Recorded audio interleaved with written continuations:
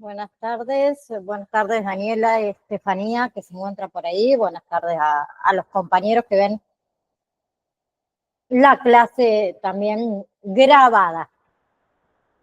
Bien, hoy vamos a hablar un poco de la diversidad en el aula o la diversidad educativa, ¿sí? O la diversidad en la escuela, como quieran llamarla, que en realidad es un reto que deben afrontar no solamente los profesores, sino también los padres, los maestros, los acompañantes, ¿sí?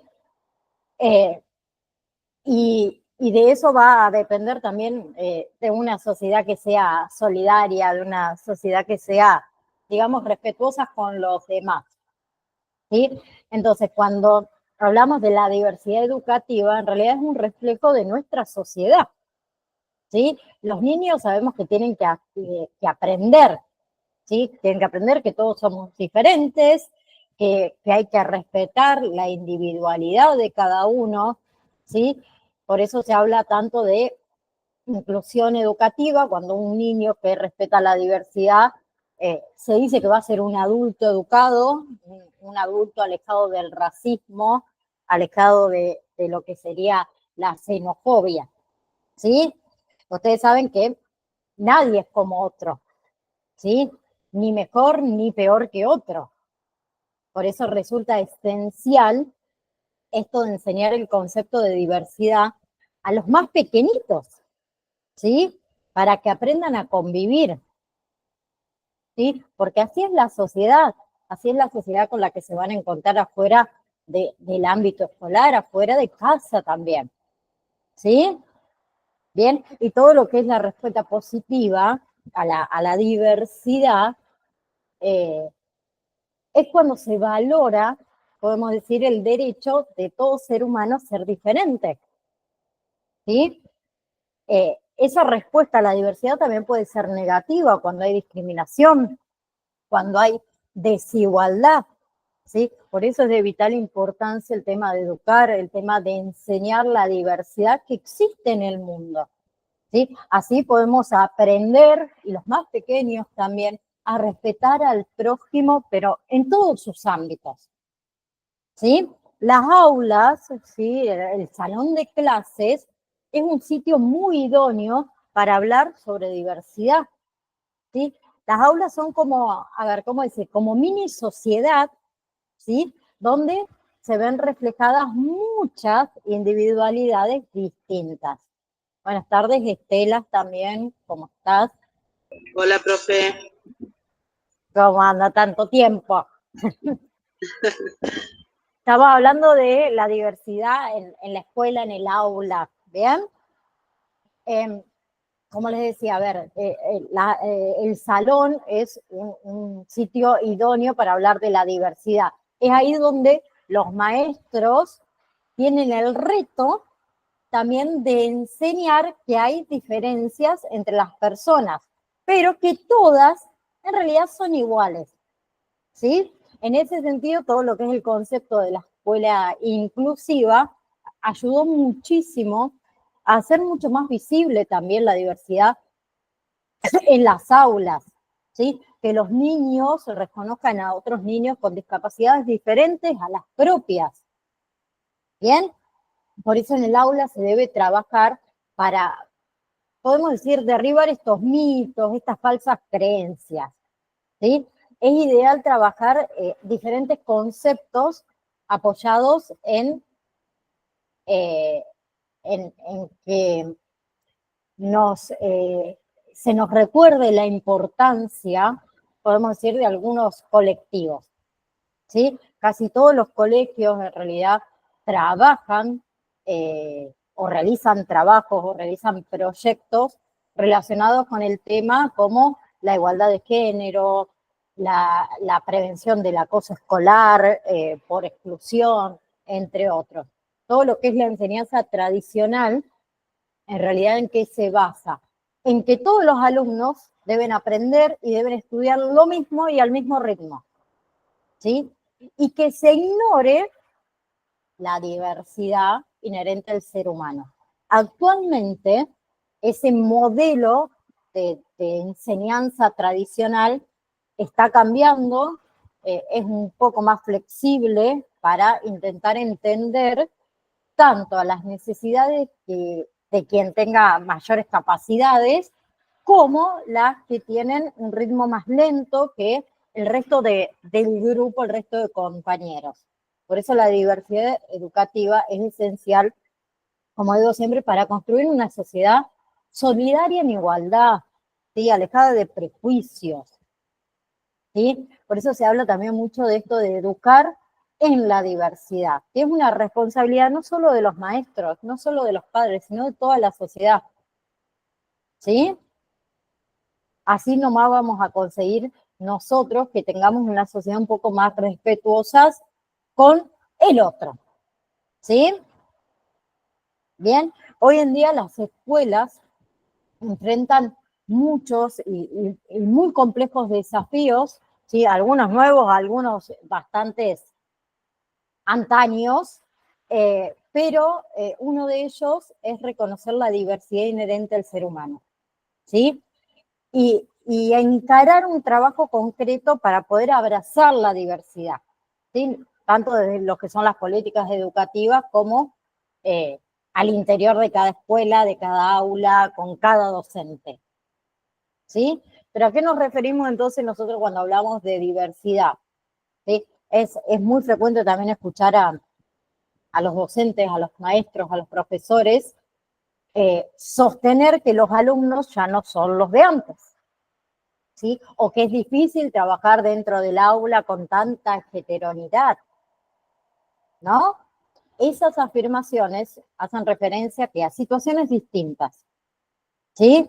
Algunos, al hablar de diversidad, por ahí piensan que los alumnos, por ejemplo, con necesidades especiales, ¿sí? O los alumnos con desigualdad económica o con cualquier otra diversidad, ¿sí? Aprenden de manera distinta que otros alumnos,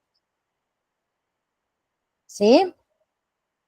En realidad todo lo que es el discurso acerca de la educación en lo que sería la diversidad surgió en las últimas décadas, en el siglo XX, ¿sí? Bien, las primeras miradas a la diversidad estuvieron asociadas a ¿qué? A la educación de niños con necesidades especiales o con dificultades en el aprendizaje, ¿sí? Anteriormente, ver lo diverso era entendido como un obstáculo individual que requería de una atención especial, de una atención personalizada, ¿sí? Se pensaba que la diversidad en realidad era un problema a resolver, ¿sí? Por eso se lo diferenciaba en las enseñanzas. ¿Qué pasó? A partir de la segunda mitad del siglo pasado, ¿sí?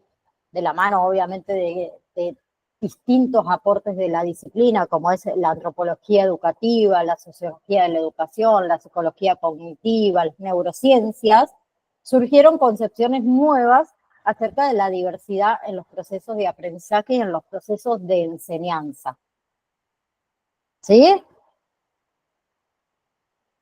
Y eso es lo que vamos a hablar hoy, ¿ok? Bien, entonces, cuando hablamos de diversidad, nos referimos a ¿qué? A la aceptación y al reconocimiento de las diferencias entre individuos y entre grupos, ¿sí? Sin embargo, ese conocimiento suele estar condicionado por nuestro propio lenguaje, por nuestro propio conocimiento, por nuestro propio control, ¿sí?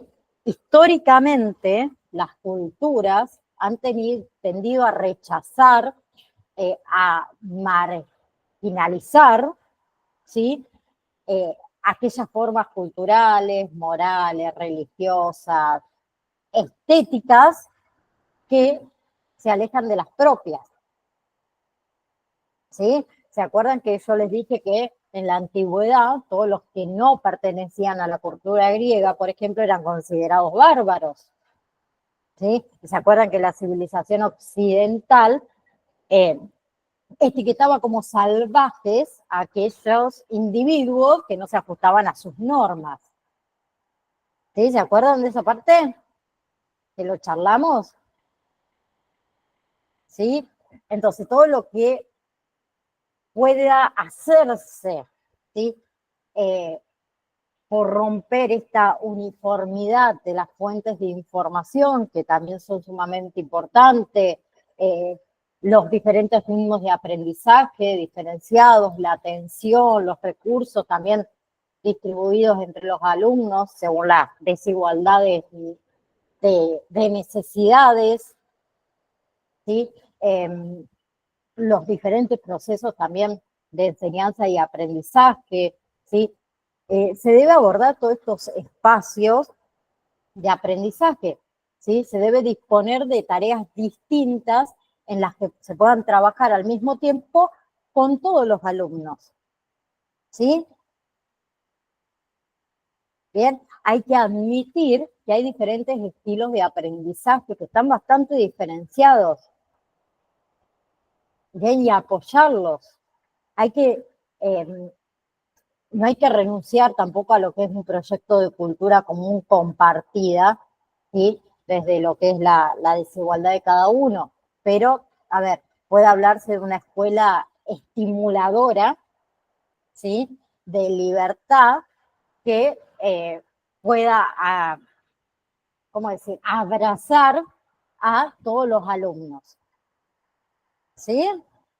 La heterogeneidad en realidad debe ser, ¿qué? Respetada, debe ser estimulada, debe ser conservada, ¿sí? Desde lo que es el enfoque de la pedagogía, ¿sí? No solamente sostiene todo lo que son los principios de que todos los alumnos son diferentes entre sí, sino también en el que la diversidad es un tesoro, ¿sí? Que debe ser preservado, ¿sí? Como uno de los valores, podemos decir, primordiales de la humanidad, que es todavía lo que lamentablemente como sociedad por ahí nos falta un poquito más de rosca, como les digo yo, ¿sí? Acuérdense que la diversidad es inherente a los humanos, ¿sí? Cada uno encuentra maneras singulares de relacionarse, de aprender, de comprender, ¿sí? Algunos comprenden mucho mejor por ahí dialogando, teniendo una conversación con los compañeros, otros leyendo, ¿sí? Otros, no sé, haciendo experimentos, otros jugando,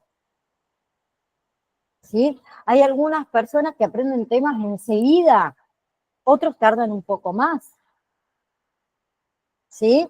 Pero esos alumnos pueden cambiar su ritmo al cambiar el contenido, ¿sí? Así que hablar de diversidad implica pensar en categorías de alumnos mejores o peores, ¿sí? Nos invita a pensar en el dinamismo del aprendizaje, ¿sí? A poner mente, a poner estrategias en movimiento para acompañar a cada uno de los alumnos. Como yo les dije también en otras clases, yo comprendo que por ahí es difícil con los grupos de alumnos que hay hoy en día, de la magnitud de alumnos. En las aulas hay más de 30 alumnos y sé que por ahí también es muy, muy difícil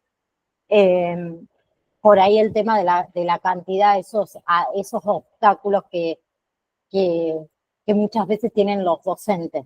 Y muchos docentes tampoco están capacitados para la diversidad, ¿sí? Las muchas maneras de aprender también ponen en marcha que lo que es la reflexión, la creatividad de cada docente, ¿sí?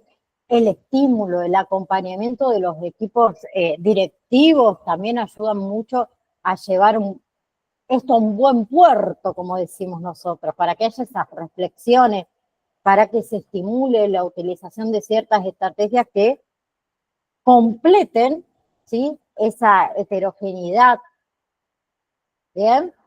Que también sé que es muy difícil. Entonces, para que el enfoque de educación para la diversidad se ancle a través de estas aulas heterogéneas, es necesario pensar, es necesario diseñar la forma de trabajar en la escuela, en el aula, con principios organizadores, didácticos, diferentes, ¿sí? Diferentes a esa estructura, de ese modelo tradicional que había antes. ¿Sí? Entonces es importantísimo el tema de los proyectos educativos, donde ahí se van a plasmar todo lo que son las ideas sobre cómo encarar la diversidad. ¿Sí? Bien. A ver, los niños, ¿sí? Cuando aprenden, ¿sí? Y cuando comprenden lo que hacen, ¿sí? Por qué lo hacen y para qué hacen las actividades en las que están involucrados dentro del aula, sabemos que avanza ¿qué? El autoconocimiento y la autonomía, ¿sí? Como yo le dije la otra vez, hay niños por ahí que para hacer una actividad, para hacer un examen, necesitan un poquito más de tiempo, porque, por ejemplo, a ver, tienen dificultades con la lectura, ¿sí? Y eso también hay que respetarlo. Muchas veces es lo que falta en la escuela, ¿sí? Es responsabilidad del docente, del maestro, crear un clima de confianza en el aula. ¿Para qué? Para que todos los estudiantes puedan reflexionar, experimenten, asumen riesgos, asuman responsabilidades sobre su aprendizaje. ¿Sí? Es fundamental el promover las estrategias que estimulen ese ambiente de cooperación que también muchas veces falta, de solidaridad, ¿sí? Que los estudiantes aprendan a reconocer las fortalezas de sus compañeros, ¿sí? Que los valoren como persona única que es, ¿sí? El trabajo en las aulas heterogéneas pone el uso de una variedad de estrategias de enseñanza, ¿sí? Aplanado a qué? Aquí una idea de un ambiente flexible, ¿ok? Por eso hablamos de lo que son las necesidades educativas especiales, ¿sí? Que se refiere a estas demandas particulares que algunos estudiantes tienen y que muchas veces requieren de un apoyo adicional y de adaptaciones en su proceso educativo, ¿sí? Esas necesidades educativas especiales, ¿sí? Pueden ser de diversos factores, a ver, por algún tipo de discapacidad, por dificultades en el aprendizaje, por diferencias lingüísticas, por diferencias culturales, desventajas emocionales, desventajas sociales, económicas, ¿sí? Bien, es importante destacar nuevamente que cada niño es único, ¿sí? Y que cada niño puede tener diferentes necesidades educativas especiales. Nosotros por ahí como padres, como adultos, también es muy decisivo que podamos comprender y que podamos apoyar estas necesidades educativas que tienen los niños para que ellos también puedan alcanzar ese máximo potencial, ¿sí? ¿Se acuerdan que también hablamos de los diferentes tipos de necesidades educativas especiales que hay? ¿Sí? Hay discapacidades intelectuales, tenemos discapacidades de aprendizaje, tenemos el trastorno del espectro autista, donde muchos niños con TEA pueden presentar dificultades en la comunicación, en las conductas repetitivas, en la interacción social, ¿sí? Después tenemos, por ejemplo, trastorno del lenguaje, trastornos por ahí de comportamiento, trastornos emocionales, dificultades sensoriales, niños hipersensibles, niños hiposensibles a ciertos estímulos sensoriales, ¿sí? Que eso también afecta la experiencia dentro de lo que es el entorno educativo. ¿Bien? Por eso hablamos también de las necesidades específicas de apoyo educativo, ¿sí? Que en realidad es un grupo muy amplio de situaciones en las que el niño pueda requerir un apoyo adicional en ese proceso educativo, ¿sí? Muchas veces el niño puede tener dificultad, por ejemplo, en las matemáticas porque le cuesta entender y comprender cómo se divide, por ejemplo. Y es una necesidad educativa especial, porque ese niño requiere de más tiempo para poder comprender y saber por qué la división se hace de cierta manera. Y es una necesidad educativa especial, ¿sí? En cierto momento de su educación. ¿Bien? ¿Se acuerdan de eso? También recuerden siempre de que las personas, las familias de estos niños, también pasan por una serie de dudas, se sienten muchas veces culpables y necesitan muchas veces también el apoyo de la sociedad con respecto a las necesidades educativas, en este caso especiales, de sus niños. ¿Sí? Bien. Por otro lado,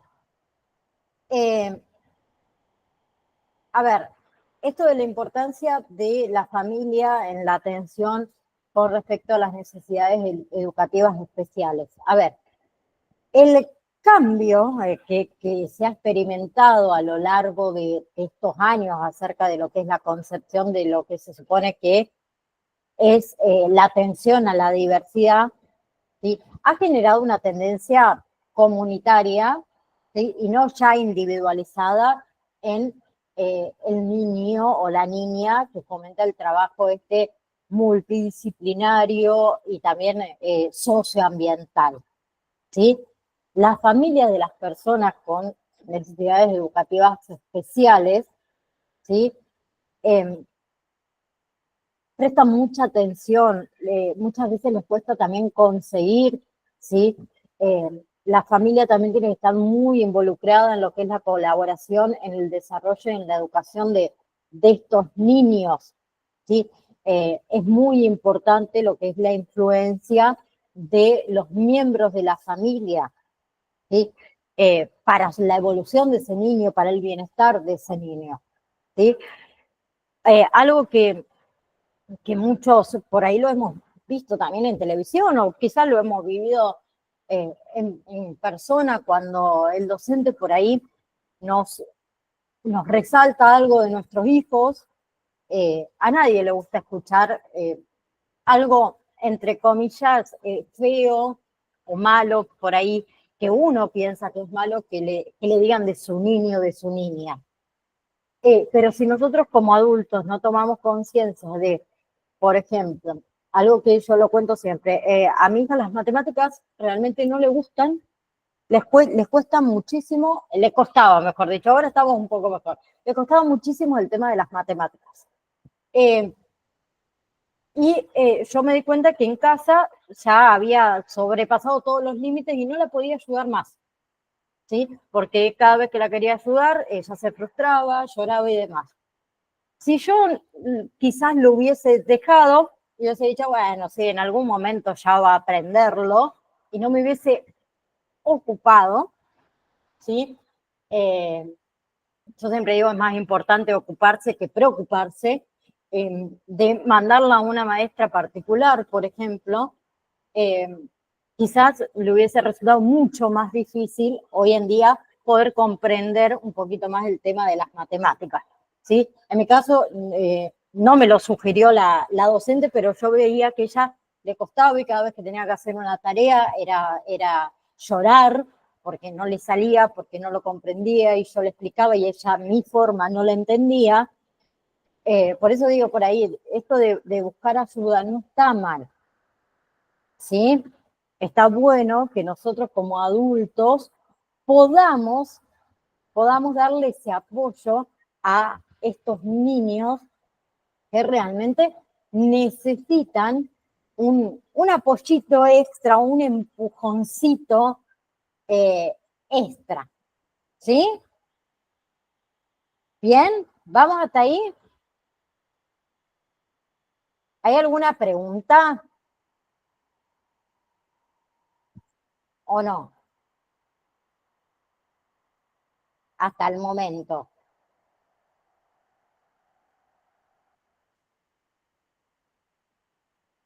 ¿no?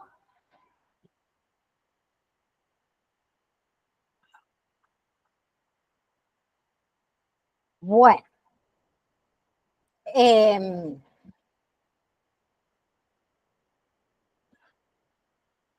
estoy mirando el campus. Un segundo. Bien.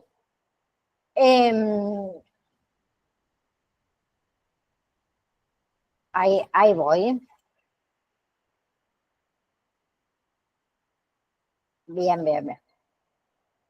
Ok.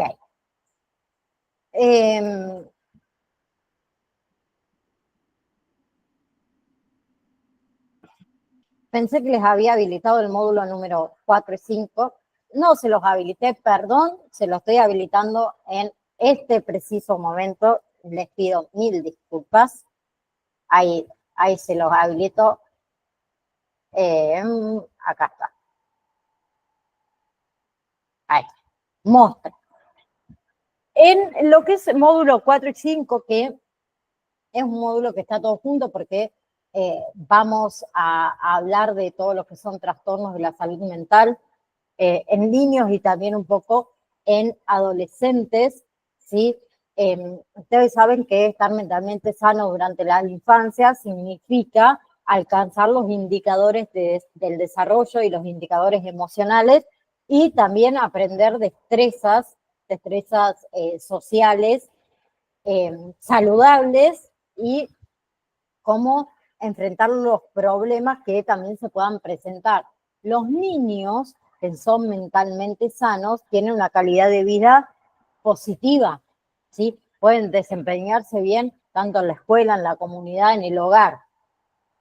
Pero todos los trastornos mentales en los niños, ¿sí?, se describen como cambios que son serios en la forma habitual, por ejemplo, de aprender, en la forma habitual de comportarse, en la forma habitual de manejar sus emociones, ¿sí? Por eso en este módulo vamos a hablar de todos los trastornos mentales, ¿sí?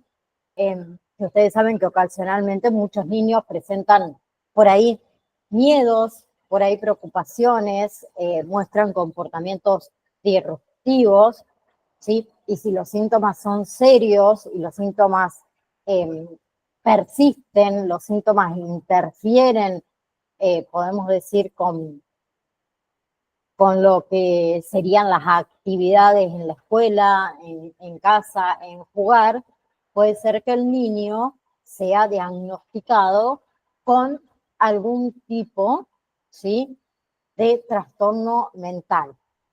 Bien, por eso vamos a estar hablando de qué son los trastornos mentales, ¿sí?, y cada uno de ellos. ¿Ok? ¿Sí? Entonces, en lo que es el módulo 4 y 5, vamos a estar hablando entonces de los trastornos, también vamos a estar tocando el tema de el abuso sexual, ¿sí?, que ahí ya también se lo estoy habilitando, de maltrato infantil, que es un tema que es muy interesante, y de lo que es, violencia, ¿sí?, y los comportamientos suicidas también en niños y adolescentes. Son dos módulos en realidad en uno, que es bastante amplio, ¿ok? Entonces, antes de comenzar, con lo que es módulo número 4 y 5, ¿sí?, vamos a estar hablando, también se los voy a habilitar, del tema del examen, ¿sí?, número 3, ¿sí?, que lo vamos a dejar para un poquito más adelante. ¿Para qué? Para que no se les junte. Ustedes tienen el recuperatorio, de la validación número 2, ¿sí?, que va a ser el 6 y el 7 de marzo. ¿Ok? Entonces, vayan estudiando de a poquito el módulo número 3 y más adelante vamos a dar la fecha, ¿sí? Vamos a esperar por lo menos 2 semanitas más para que ustedes se puedan recuperar del segundo módulo para el examen del módulo número 3, ¿ok? Sí, vamos a empezar a hablar entonces de qué es la salud mental en los niños, ¿sí? Bien, como les dije antes, a ver, estar mentalmente sano durante la infancia significa alcanzar estos hitos o estos indicadores del desarrollo y los indicadores emocionales y también aprender ciertas destrezas sociales que sean saludables y cómo enfrentar los problemas que se puedan presentar, ¿sí? Los niños que son mentalmente sanos tienen una calidad, como les dije antes, también de vida positiva y pueden desempeñarse bien tanto dentro de la escuela, del hogar y de la comunidad. Los trastornos mentales en los niños se describen más que nada por cambios. Cambios en la forma habitual de aprender, de manejar sus emociones, de comportarse. Eso causa muchas veces angustia, causa problemas en las actividades, en las actividades diarias, ¿sí? Muchas veces estos niños también, como dije antes, presentan preocupaciones, presentan temores, presentan comportamientos disruptivos, ¿sí? Y si esos síntomas ya son muy serios, ¿sí? Esos síntomas interfieren en todas sus actividades, puede ser que un niño lo diagnostiquen con algún tipo de trastorno mental, ¿sí? Tener, otra cosa para aclarar, a ver, tener salud mental no es simplemente la ausencia de un trastorno mental, ¿sí? Los niños que no tienen un trastorno mental, ¿sí? Podrían diferenciarse, ¿sí? Por ejemplo, en cuánto bien se encuentran ellos, ¿sí? Y los niños con el mismo trastorno mental diagnosticado podrían también mostrar fortalezas y debilidades diferentes en esa forma en la que se están desarrollando, en esa forma en la que están sobrellevando la situación y tener diferentes tipos de calidad de vida. Por eso también en cada uno de los trastornos mentales que vamos a estar hablando y las discapacidades y demás, vamos a hablar mucho de cuáles son los signos y los síntomas de cada uno, ¿sí? En general, y que pueden variar en personas quizás con el mismo trastorno, ¿sí? A ver, hay que considerar que a la salud mental como un proceso continuo, ¿sí?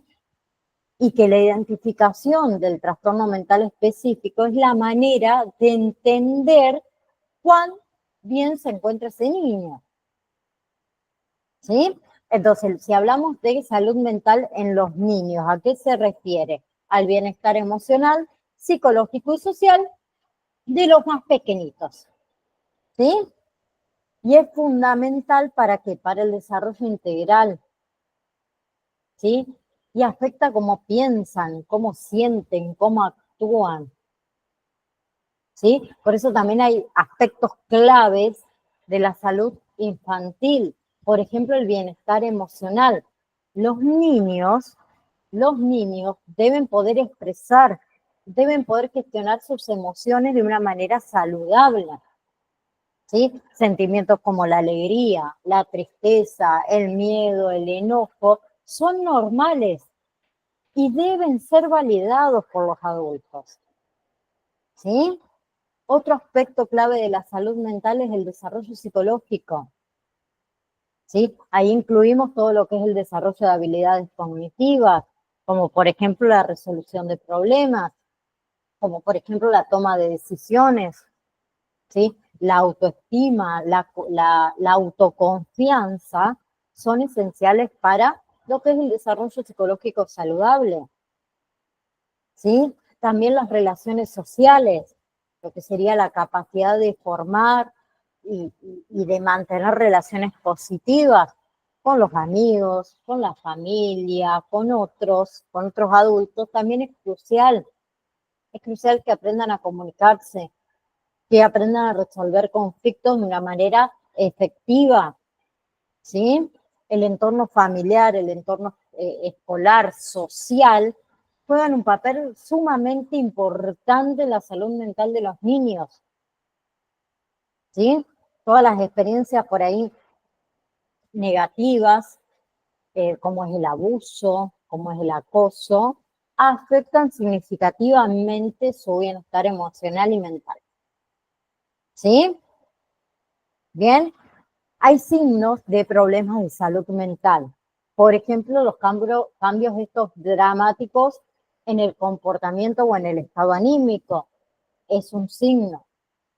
¿Sí? Los problemas en la escuela, la dificultad para concentrarse, el bajo rendimiento, el aislamiento social, ¿sí? Los cambios en las relaciones con amigos, con familiares, y es fundamental la prevención y el apoyo.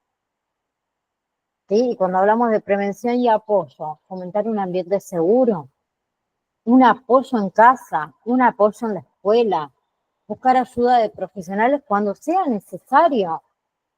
¿Sí? Bien, no está mal y no es de locos ir a un psicólogo. ¿Sí?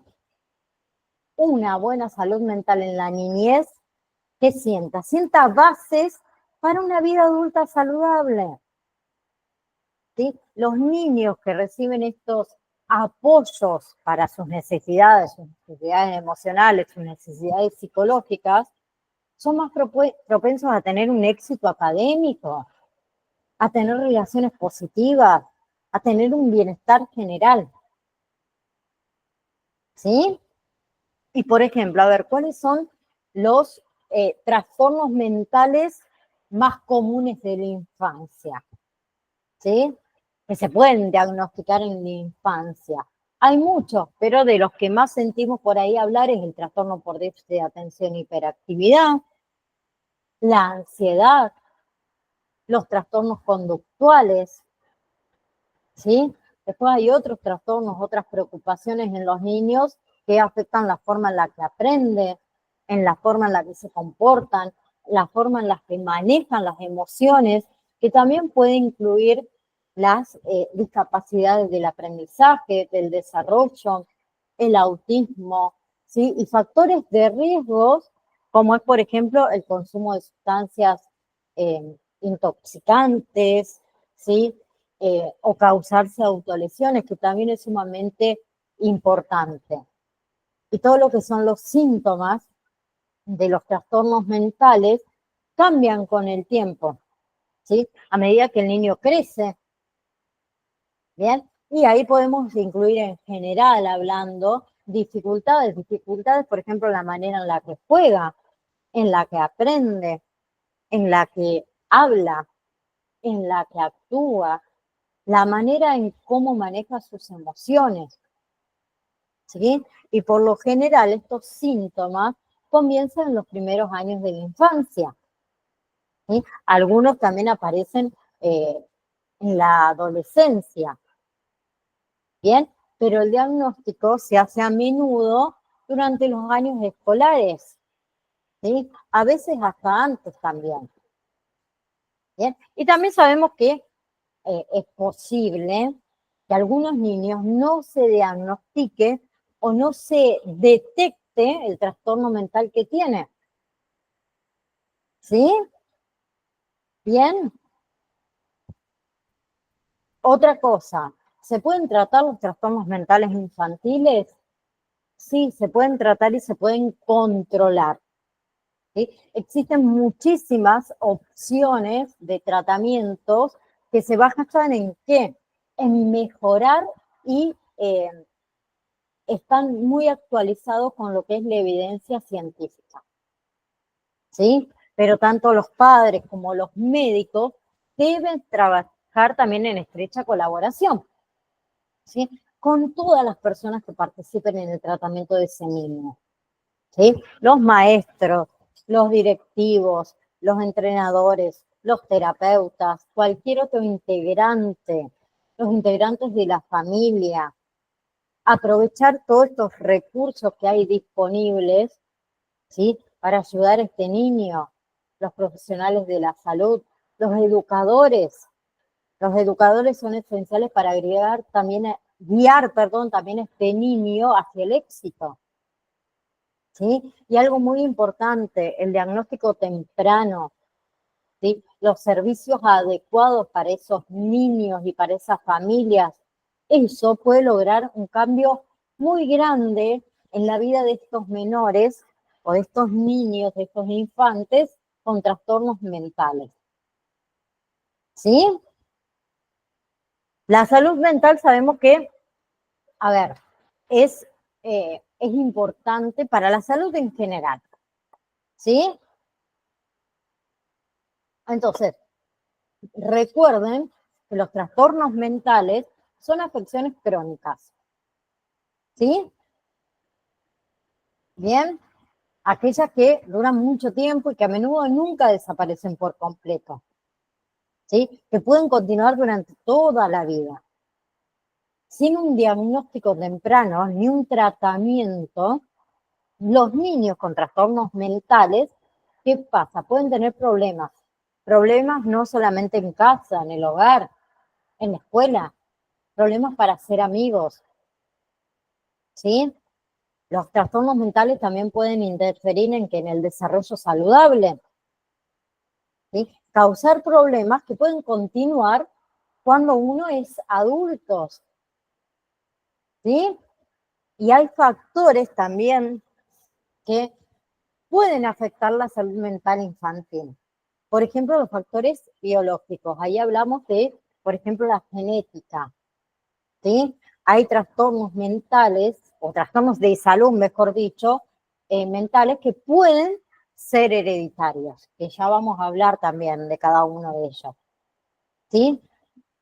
También lo que es el desarrollo cerebral. Puede haber anomalías en el desarrollo cerebral que también puede influir en la salud mental. Después tenemos todos los factores psicológicos, por ejemplo, las experiencias traumáticas, ¿sí? Ciertos eventos como, por ejemplo, la pérdida de un ser querido, el abuso, la negligencia, también puede afectar profundamente la salud mental, ¿sí? Y lo que son las habilidades de afrontamiento, que en realidad es la capacidad de un niño para manejar el estrés y las emociones que también pueden influir muchísimo. Otro son los factores sociales, ¿sí? Por ejemplo, las relaciones familiares. La dinámica familiar, el nivel de apoyo emocional en casa es crucial, ¿sí? La integración con los compañeros, con los profesores en el ambiente escolar, ¿sí? En el ambiente escolar en general también juegan un papel muy importante. Las amistades, las relaciones con amigos pueden proporcionar apoyo emocional, pueden proporcionar un sentido de pertenencia que también es muy importante para estos niños. ¿Sí? Y entre los los signos más comunes de problemas de salud mental en niños, tenemos todo lo que son los cambios de comportamiento, irritabilidad, agresividad, ¿sí? Retraimiento, todo lo que son problemas académicos, las dificultades para concentrarse, el bajo rendimiento escolar, aislamiento social, ¿sí? Esto de evitar amigos, evitar actividades sociales, problemas físicos, dolores de cabeza, dolor de estómago, sin ninguna causa médica aparente, ¿no? También cambios en el sueño, insomnio o lo contrario, dormir demasiado. ¿Sí? Y es importante el tema de apoyar la salud mental infantil. ¿Y cómo lo hacemos los adultos? Con una comunicación abierta, que es sumamente importante. Hablar con el niño sobre sus sentimientos, sobre sus experiencias. ¿Sí? Animarle a estos niños a que ellos puedan expresar sus emociones de una manera saludable. Pero ¿cómo un niño va a expresar sus emociones si no conoce las emociones? ¿Sí? Así que yo les voy a dejar como tarea que investiguen qué son las emociones, ¿sí? Y que aprendan ustedes que hay dos tipos de emociones. Las emociones primarias y las emociones secundarias, ¿sí? Yo siempre digo esto, el niño tiene que expresar sus emociones, pero ¿cómo un niño va a expresar una emoción si no conoce cuáles son las emociones? ¿Sí? Primero a los niños hay que enseñarle cuáles son las emociones para que él pueda expresar adecuadamente cuáles son sus emociones. ¿Sí? Así que eso se los dejo como tarea. Bien, también hay que crear un ambiente seguro, un ambiente estable. ¿Sí? Mantener por ahí muchas veces rutinas, ¿sí? Consistentes para darle a estos niños una sensación de seguridad, que también es importante. Debemos fomentar habilidades de afrontamiento, ¿sí? Enseñarles técnicas de manejo del estrés, la respiración profunda, la meditación, enseñarles a desarrollar habilidades de resolución de problemas, promover, por ejemplo, actividades saludables, que participen en actividades físicas que sean de su interés, ¿bien? Fomentar el tema de los hábitos alimenticios saludables. Ustedes saben que la alimentación, además que es fundamental para el bienestar general, es fundamental para la salud mental, ¿sí? Si hace falta buscar ayuda profesional, si uno nota signos de problemas de salud mental, ¿sí? Considerar esto de buscar ayuda de un psicólogo, de un terapeuta, ¿sí? Los profesionales van a ser los que nos ofrezcan este diagnóstico y este tratamiento adecuado para los problemas de salud mental, ¿sí? Bien. Después, a ver, tenemos otros recursos por ahí adicionales que los podemos incluir, ¿sí? Hay escuelas que tienen consejeros escolares que también pueden proporcionar apoyo, pueden proporcionar recursos por ahí adicionales. Existen en algunas ciudades grupos de apoyo, ¿sí? Entonces también está bueno esto de poder participar en grupos de apoyo, donde puede ser por ahí beneficioso no solamente para el niño, sino para los padres, para los adultos, ¿sí? Y hay también líneas de ayuda, ¿sí? Hay muchas comunidades que tienen, uy, casi me arranco los lentes del sopapo que me di, perdón, me quería rascar y me picaba. Hay muchas comunidades, le decía, que tienen líneas de ayudas disponibles para los padres con respecto a esto de los problemas de salud mental, ¿sí? Entonces, a ver, uno como padre, por ejemplo, ¿qué puede hacer? ¿Sí? Uno como padre conoce muy bien a su hijo, o mejor que nadie a sus hijos, ¿sí? Entonces uno como padre puede hablar con un profesional de la salud o con el profesional de la salud, por ejemplo, el pediatra que atiende a ese niño y manifestarle por ahí nuestras inquietudes, la forma en la que nuestros hijos se comportan en casa, en la escuela, con sus amigos, ¿sí? Los jóvenes también deben cuidar de la salud mental, es sumamente importante la salud mental, como cuidar también la salud física, ¿no? ¿Sí? Entonces, por ahí muchos adolescentes están enojados, están preocupados, están tristes, ¿sí? Los jóvenes, nosotros como adultos, tenemos que fomentar un ambiente seguro de que ellos se sientan cómodos hablando con los adultos, que no tengan miedo de expresar sus sentimientos, ¿sí? Si por ahí no lo pueden hacer con los padres, los jóvenes, a ver, lo pueden hacer con un amigo, lo puede hacer con cualquier otro adulto de confianza, ¿sí? También es importantísimo el tema de los profesionales de la salud. Es importante tener un diagnóstico temprano, ¿sí? Si nosotros tenemos un diagnóstico temprano, vamos a tener un tratamiento adecuado, ¿sí? Bien, esos tratamientos están basados en las directrices actualizadas del Manual de Diagnóstico y Estadístico de los Trastornos Mentales el número 5, ¿sí? Que voy a volver a corroborar si, ya que estoy, si se los habilité, si le habilité el manual de diagnóstico y estadístico de los trastornos mentales de la Asociación Americana de Psiquiatría. Está todo basado en ese manual, ¿sí?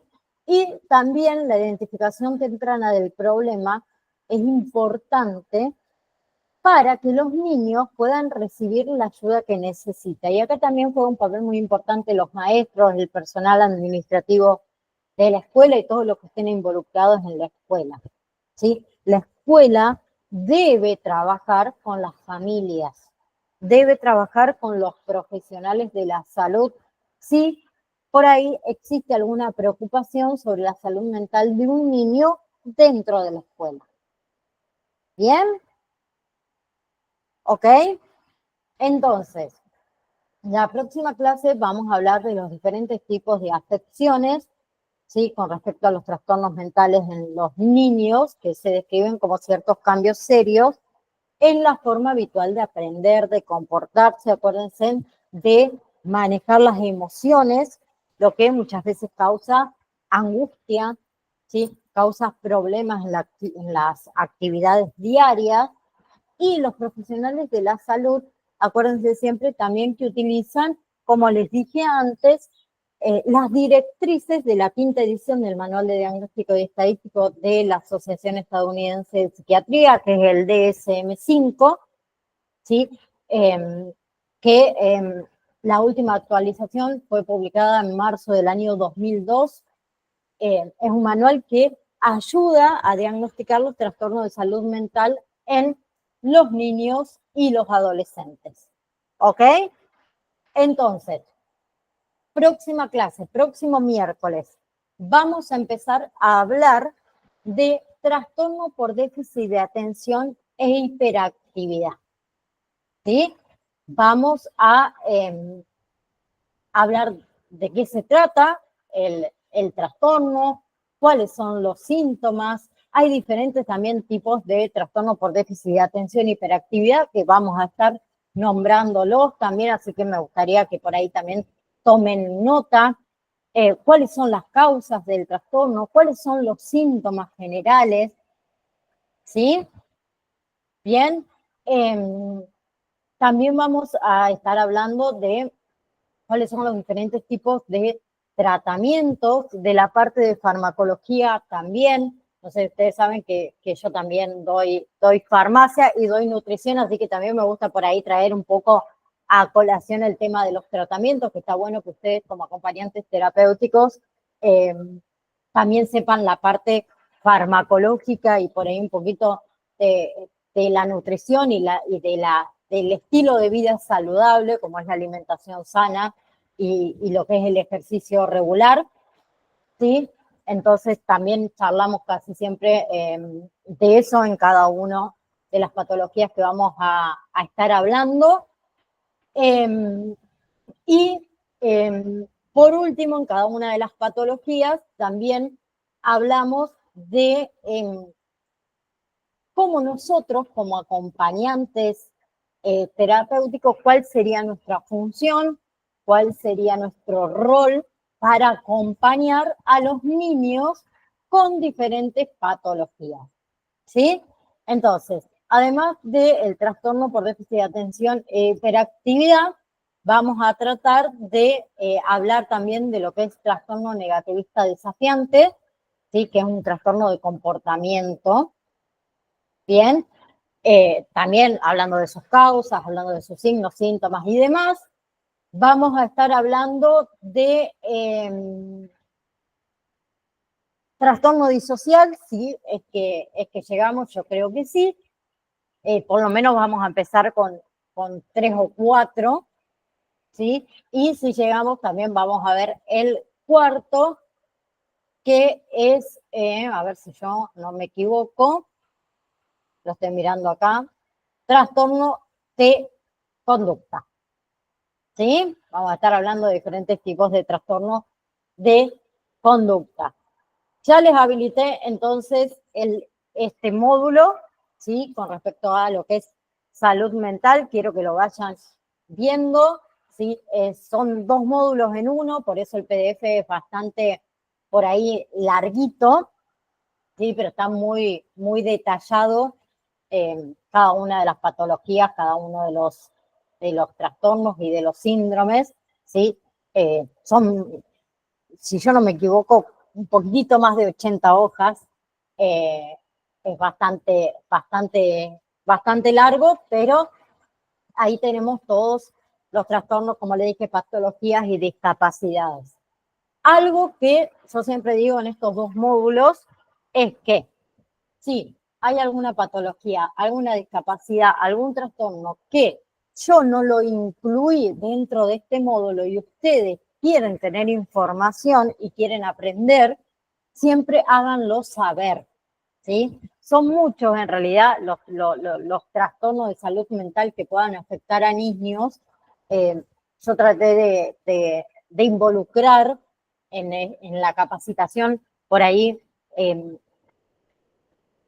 dentro de todo, según las estadísticas, lo que por ahí los niños padecen con más frecuencia, pero si por ahí a lo mejor se me puede haber escapado alguno que no lo tuve en cuenta, y me gustaría que ustedes me lo hagan saber, así lo incluimos.